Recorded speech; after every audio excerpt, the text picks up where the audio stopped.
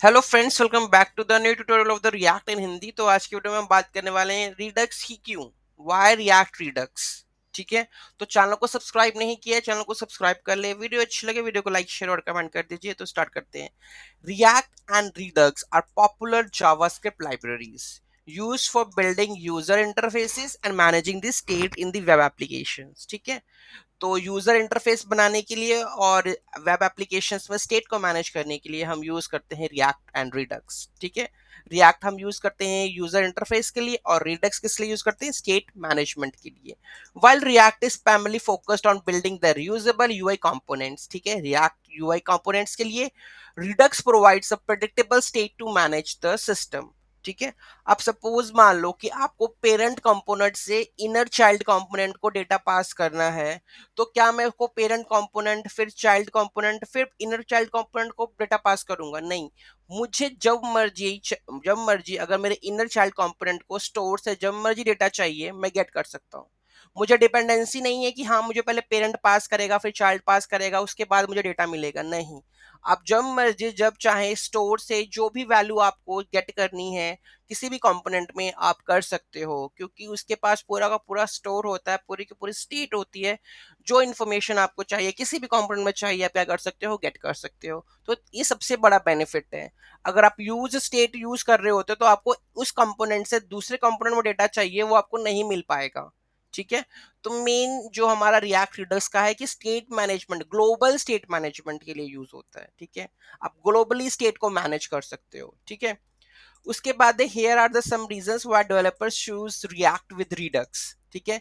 एक तो सबसे इंपॉर्टेंट रीजन है स्टेट मैनेजमेंट का, कि रिडक्स ऑफर करता है centralize and predictable way to manage application state. ठीक है। It provides a single source of truth making it easier to understand and debug the complex state changes. Redux flows follows the unidirectional data flow। ठीक है, which simplifies the data management, avoid direct manipulation of the state। तो सबसे important क्या है, state, global state management के लिए हम इसको यूज करते हैं। Scalability, as our application grows in size and complexity managing state can become challenging। ठीक है। जैसे जैसे एप्लीकेशन का साइज इंक्रीज होता जाएगा वैसे वैसे स्टेट को मैनेज करना भी उसकी जो चैलेंजिंग होता जाएगा। ठीक है। रिडक्स हेल्प करता है उसको लार्ज स्केल एप्लीकेशंस को क्लियर स्ट्रक्चर प्रोवाइड करने में, guidelines for managing the state, it allows to separate concerns and create reusable components। developer experience, redux promotes a structured and organized development approach को provide करता है। developer experience, time travel debugging, one of the key feature in redux that its ability to record and replay actions, this feature known as the time traveling debugging allows you to step back and forth through the application state changes। It helps in identifying and fixing the bugs by reducing the specific scenarios and inspecting the state। मतलब कि ये कि debugging में आपका बहुत ज़्यादा time बच जाता है, क्योंकि आपने अलग अलग रिड्यूसर्स और एक्शंस बनाए होते हैं तो उससे आपको पता चल जाता है कि आपने कौन सा एक्शन डिस्पैच किया है। ठीक है। वहां जाके आप एक्शन चेक करते हो, फिर रिड्यूसर में जाकर लॉजिक चेक कर लेते हो। उससे डिबगिंग आपकी ईजी हो जाती है। ठीक है। Middleware ecosystem, Redux has a rich ecosystem of middleware that enhances its capability।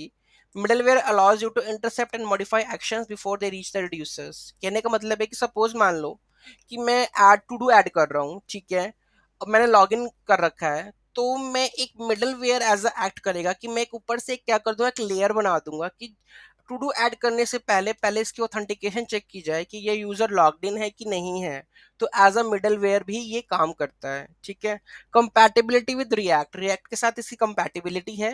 React and Redux are design to work well together. इस तरीके से रिएक्ट रिडक्स को डिजाइन किया गया वो रिएक्ट के साथ भी काम कर सके अच्छी तरीके से। React components can easily connect to the Redux store using the connect function. ठीक है।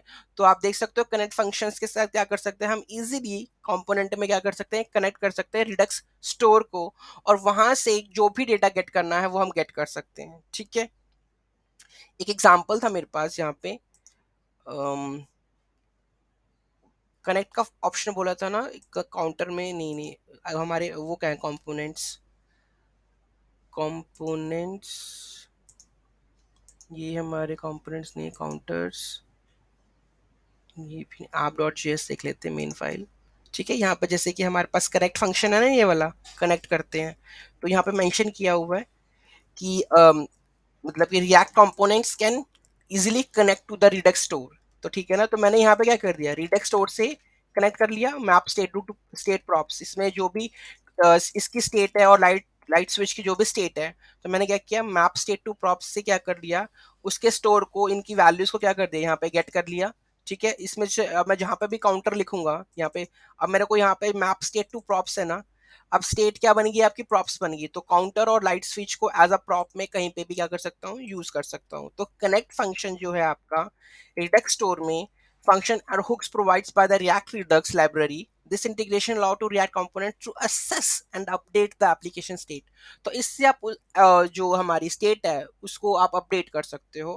ठीक है, तो overall React alone can handle the local component state। तो अकेली जो React है वो लोकल कंपोनेंट को मैनेज कर सकती है, लेकिन आपको ग्लोबल करना है काम, तो उस केस में आपको मल्टीपल कंपोनेंट्स का स्टेट की मैनेजमेंट करनी है। You have to go with the Redux. ठीक है, तो ये था कि रिडक्स मुझे क्यों यूज करनी है, बड़े प्रोजेक्ट में क्यों यूज करनी है। ठीक है, इसमें कोई डाउट है, इसमें कोई क्वेरी है, just let me know in the comment section. Thank you so much for watching this video, have a great day.